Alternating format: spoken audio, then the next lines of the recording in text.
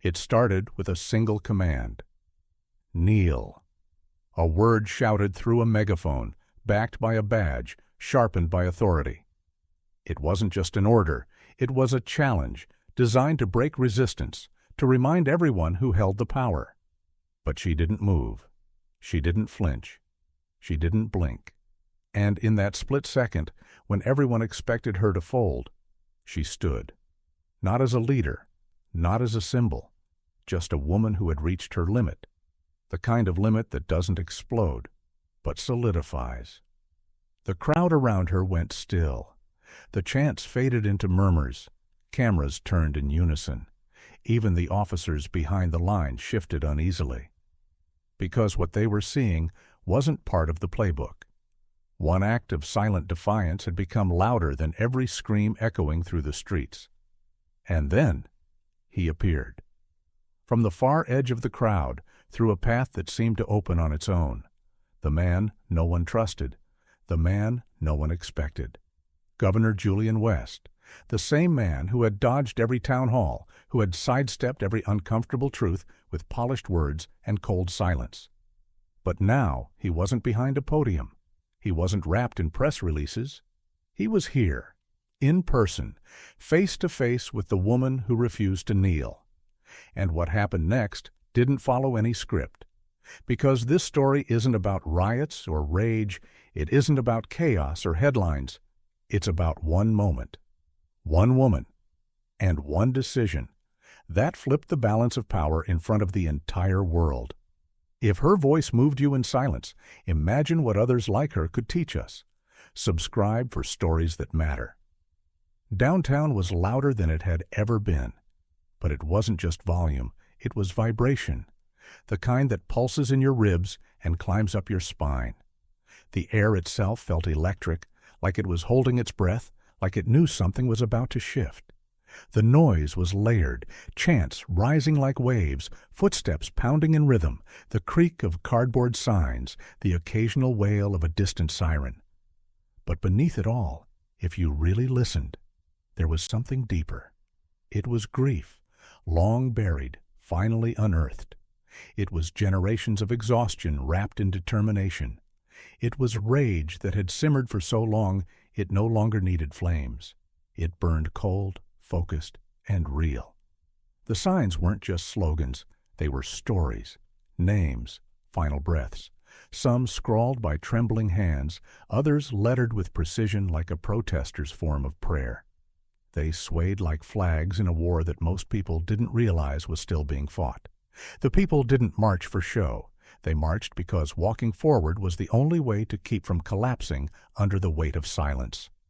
And just when it felt like the crowd had become one single heartbeat, pounding out the rhythm of change, a voice ripped through it all like a blade. "Kneel down, now!" It wasn't a chant. It wasn't a plea. It was a command, sharp and mechanical, like someone hitting pause on a moment meant to be lived. The voice came from behind the badge. Officer Brent Reynolds, decorated, disciplined, and deeply uncomfortable with people who didn't shrink when he raised his voice. He'd done this before, dozens of times. To him, protests followed a formula. People yelled, people cried, a few got rowdy, and then eventually they obeyed. Out of fear, out of fatigue, out of the cold grip of power. He was trained for moments like this, but not for her. She wasn't leading chants. She wasn't shouting slogans. She wasn't even holding a sign. But somehow, she was the center. People noticed her without knowing why. It was like the eye of a storm had settled around her. Still, silent, untouched by the chaos yet shaping it. Officer Reynolds saw her, and in her stillness he saw defiance. Not loud, not aggressive, just there, unmoved.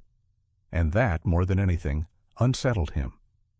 He stepped forward, his boots hitting the ground with extra force, like he wanted the earth to know who was in charge. His hand hovered near his holster, not because he planned to use it, but because the weight of it made him feel more in control.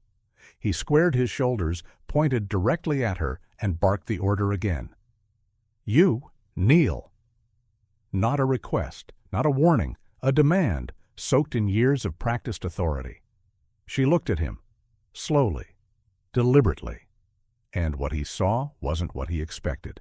No panic, no anger, not even resistance, just presence. A calm so absolute it felt like a dare. Her eyes didn't challenge him, they revealed him. To everyone watching, she didn't flinch, didn't blink, didn't move an inch. She simply existed in full, like a monument built in real time. And suddenly, everything felt off balance. The crowd didn't stop chanting, but a ripple moved through it. Phones lifted, conversations quieted. Officers behind Reynolds shifted, uncertain. A protest that had been loud just moments ago became eerily attentive, not to the badge, not to the siren, but to her. Who was she? Why was she standing still when everyone else was moving? And why did her silence feel louder than the officer's command? This wasn't disobedience. This was disruption of expectations, of power, of control. She hadn't shouted, and yet her presence had silenced the moment. And somehow, without saying a single word, she became the voice everyone leaned in to hear. What happens when silence stands taller than authority? Stick with us, and if you haven't already, hit that subscribe button. These are the stories they don't want told. Her name was Nia Clark. To most, she was just another face in the crowd, a quiet figure tucked into the background of a world too loud to notice her. She wasn't on any flyer. She hadn't been invited to speak. She wasn't trending. She wasn't chasing cameras or chants, just a librarian. From the East End, a woman whose power had always lived in pages, not protests.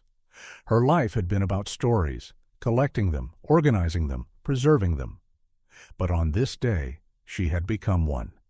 If you passed her on the street, you might not look twice.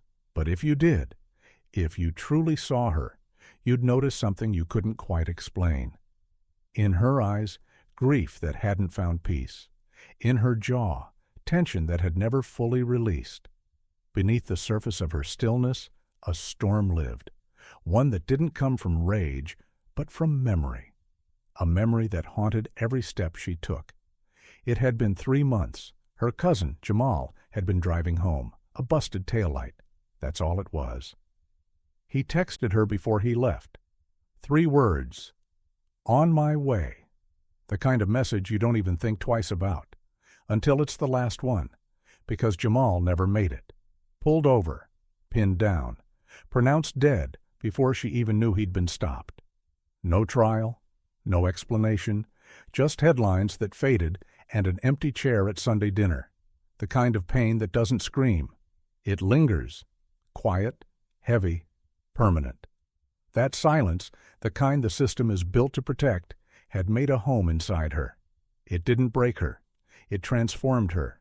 She didn't protest for attention. She protested because standing still was no longer an option. Each step she took was a conversation with the past. Every breath a name, every stride a refusal to forget. She marched for Jamal, for the hundreds of others whose names never made it to the news, for the pain that never made it to the courtroom, for the mothers still waiting for someone, anyone, to say, "What happened to your child was wrong." She had stood at this exact intersection before, surrounded by strangers who felt like family, shoulder to shoulder with people who understood that justice wasn't just a word, it was a wound. She had been there when the tension thickened, when you could feel officers measuring the crowd, waiting for someone to step too far. But never, not once, had she been the one in the crosshairs. Until now. Officer Reynolds didn't know her, didn't care. All he saw was a woman who didn't bow, who didn't flinch when authority raised its voice, who didn't make herself small to make him feel big. That terrified him. Not her body, not her voice, but her composure, her refusal to disappear. He barked the command again, louder this time, like volume could force obedience. Kneel. And the world slowed. The chants didn't stop, but they faded, like everyone had collectively inhaled and forgotten how to exhale. Phones turned, eyes locked in. There was no push, no scream, just a question, unspoken but shared by all. What will she do? Nia met his gaze, not like a soldier, not like a fighter, but like a mirror. She showed him exactly what he didn't want to see, that his power only worked on those who gave it permission. Her expression didn't shift, but her presence grew. She became rooted, like the ground itself had decided she belonged. She slowly lowered her sign, took a breath, not out of fear, but out of intention.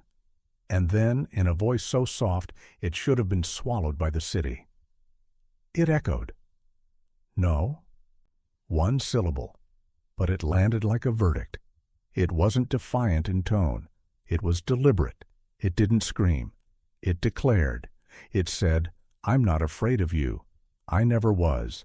It said, you may have the badge, but I have the truth. And in that instant, something shifted. Not in the street, but in the balance of power. The officer with the gun felt small, and the woman with nothing but her memory felt infinite. That moment? It wasn't just stillness, it was suspense. It was the kind of silence that feels like the earth itself is holding its breath.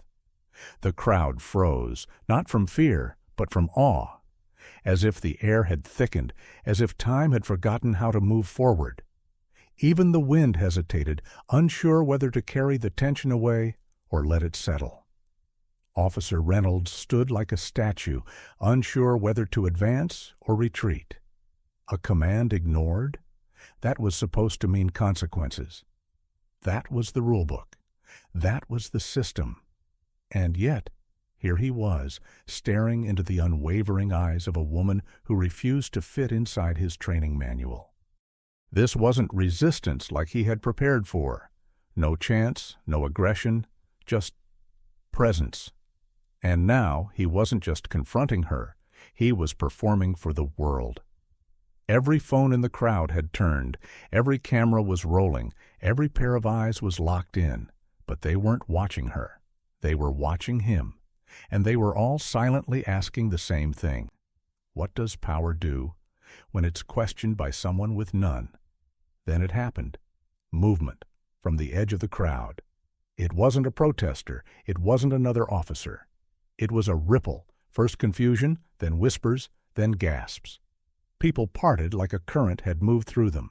Heads turned, eyes widened, and emerging from the crowd, walking not like a savior, but like someone who had finally run out of excuses, was Governor Julian West, the man whose silence had been louder than any speech, the man who had skipped community meetings, dodged reporters, posted filtered messages about unity while entire communities begged for justice, the man who only ever appeared when it was convenient.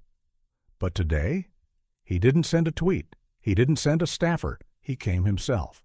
No one applauded, no one believed this was redemption, but still, they watched, because if power was going to show its face, it had to be held accountable too.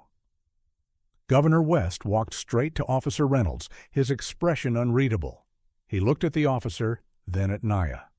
Then back to the officer. His voice cut through the tension like a razor. "What exactly are you doing, Officer Reynolds?" The officer stiffened, not out of fear, but confusion. This wasn't the chain of command he was used to. No one was supposed to question him.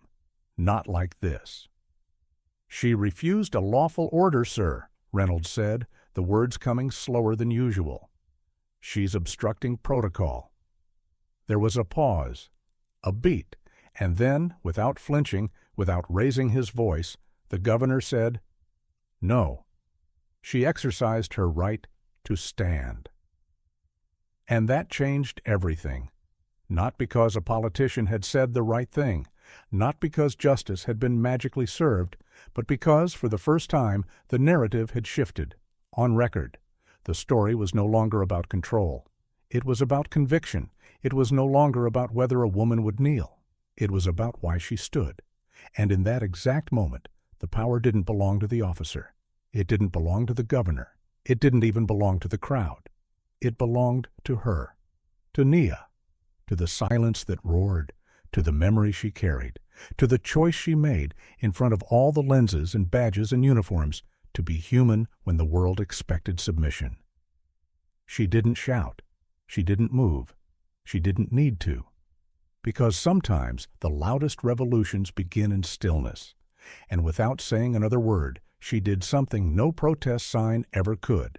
She held the line, not with fists, not with fury, but with something far more unstoppable: truth. And just like that, it ended. No tear gas clouding the air, no zip ties clenching wrists, no names shouted over bullhorns, just silence, heavy, thick, and historic. Within minutes, the standoff dissolved. No one was dragged. No one bled. But something did break that day, and it wasn't a window.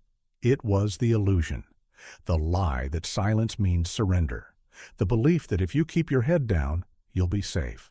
That dignity can only exist in whispers and corners, never in full view. The footage didn't go viral because of violence. It spread because of stillness, because one woman refused to move, and because, for once, power didn't try to force her. The moment didn't need a speech. It didn't need fireworks. It was quiet, but it roared. It was still, but it shook the ground beneath a nation's feet. That single pause in the chaos made something clear. Truth, when embodied with courage, becomes impossible to ignore. The video hit every screen: phones, tablets, televisions. News anchors fumbled through summaries. Social media spun with theories. But no caption could fully explain what people felt watching it, because this wasn't about drama. It was about recognition, deep human recognition. A woman with no microphone, no badge, no spotlight, standing with a kind of power that no uniform could replicate. She didn't scream.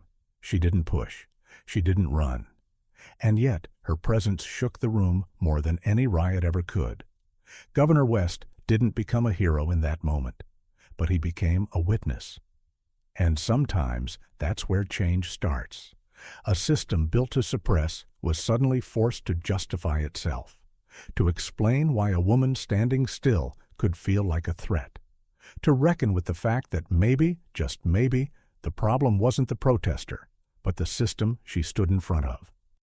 People who once scrolled past injustice stopped, watched, replayed, and asked themselves, why? Why did this moment feel different? Why did it stay with them? Because deep down, we all recognized something rare, a refusal not rooted in hate, but in unwavering dignity, a stand not made for the cameras, but made in memory, made in pain, made in quiet resistance. And the woman who simply stood became a symbol that could no longer be ignored, not because she asked to be seen, but because, finally, people had opened their eyes. Nia never asked for attention. She never stepped into the street hoping for a headline. She didn't carry her pain for the world to applaud. She carried it because there was no other choice. In a world that shouts to be heard, that rewards noise over nuance, she chose a different kind of volume, one measured not in decibels, but in depth. She didn't scream. She didn't beg. She didn't plead. She stood, not for fame, not for likes, but because walking past injustice would have meant abandoning herself. She wasn't passive. She wasn't afraid.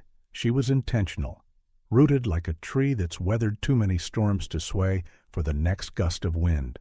And in her stillness, she became impossible to ignore.